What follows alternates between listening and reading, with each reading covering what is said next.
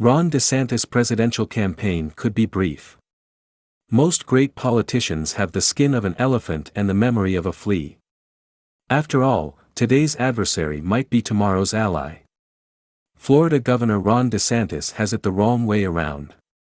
That means his quest for the Republican presidential nomination, which he is expected to announce this week, will be interesting. And, unless he evolves, it could be brief. Polls still show DeSantis as having the best chance to defeat Donald Trump in the GOP race. But they also show his prospects rapidly heading in the wrong direction. Real Clear Politics found in its average of polls that in late February, DeSantis trailed Trump by just 13 percentage points. On Monday, however, Trump led DeSantis by 37 points, with much of the gap having grown in recent weeks. This trend line is hardly encouraging for DeSantis' theory of the case. His bet is that Republican voters want a nominee who has a proven track record of enacting conservative policies and who models Trump's pugnacity but is not burdened with the former president's mountain of baggage. Using GOP control of the Florida legislature as though it were a campaign billboard, DeSantis has loosened the state's gun laws, lowered the threshold for imposing the death penalty, expanded school vouchers, and imposed anti-woke restrictions on teachers and administrators at every level of public education, including in the state's universities. He has made it illegal for doctors to provide gender transition care for minors.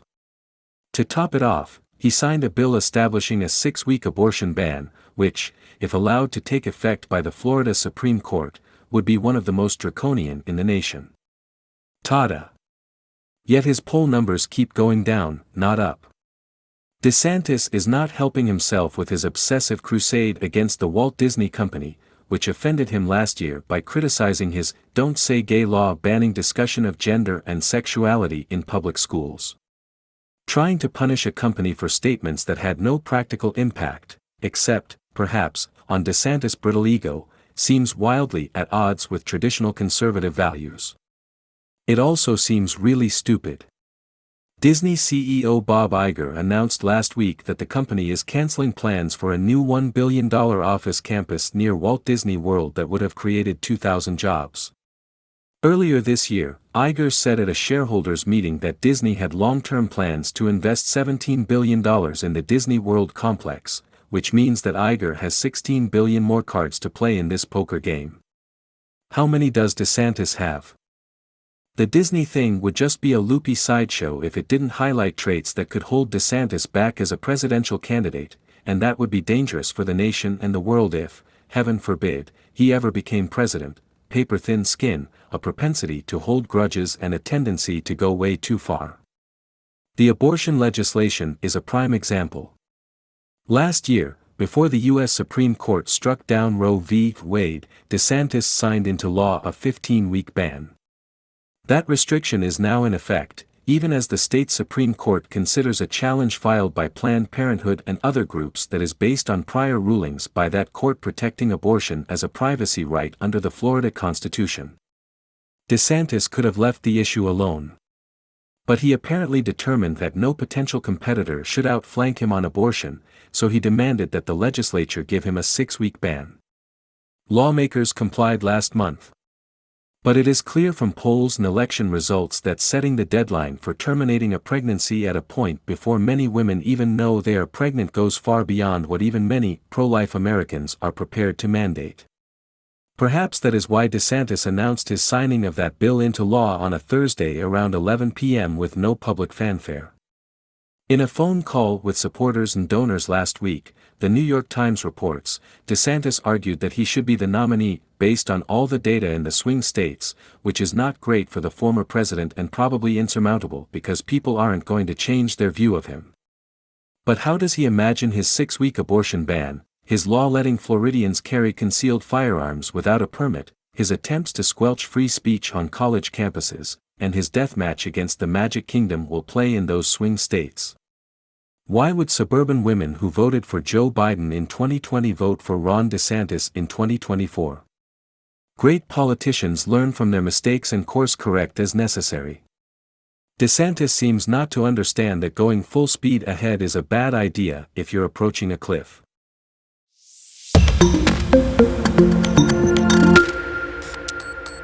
Ron DeSantis' presidential campaign could be brief. Most great politicians have the skin of an elephant and the memory of a flea. After all, today's adversary might be tomorrow's ally. Florida Governor Ron DeSantis has it the wrong way around. That means his quest for the Republican presidential nomination, which he is expected to announce this week, will be interesting. And, unless he evolves,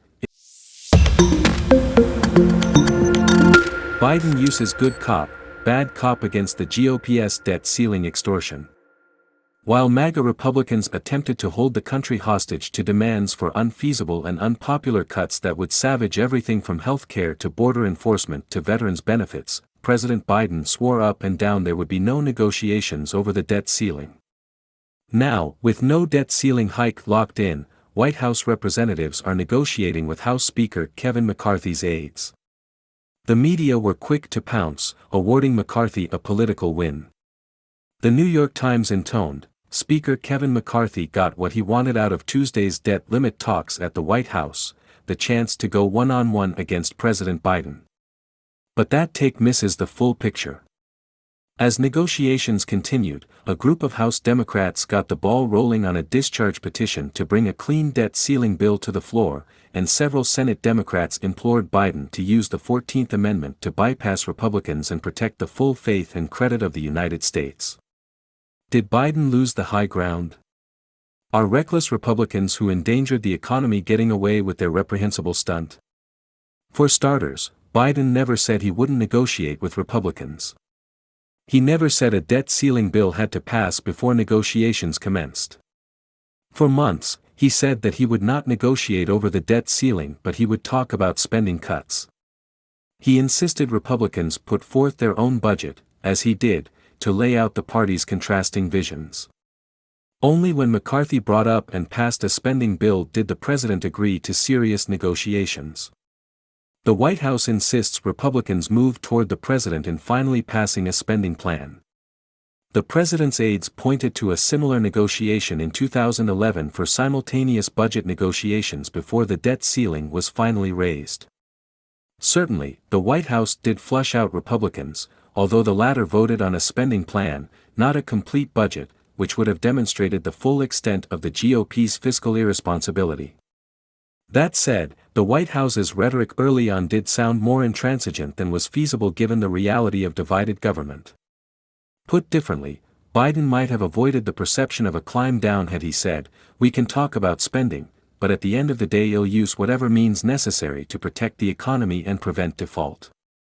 With a default deadline coming as early as June 1, it is essential to reach a deal promptly to prevent a market meltdown.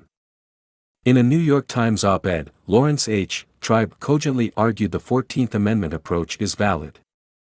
He wrote, "The right question is whether Congress, after passing the spending bills that created these debts in the first place, can invoke an arbitrary dollar limit to force the president and his administration to do its bidding."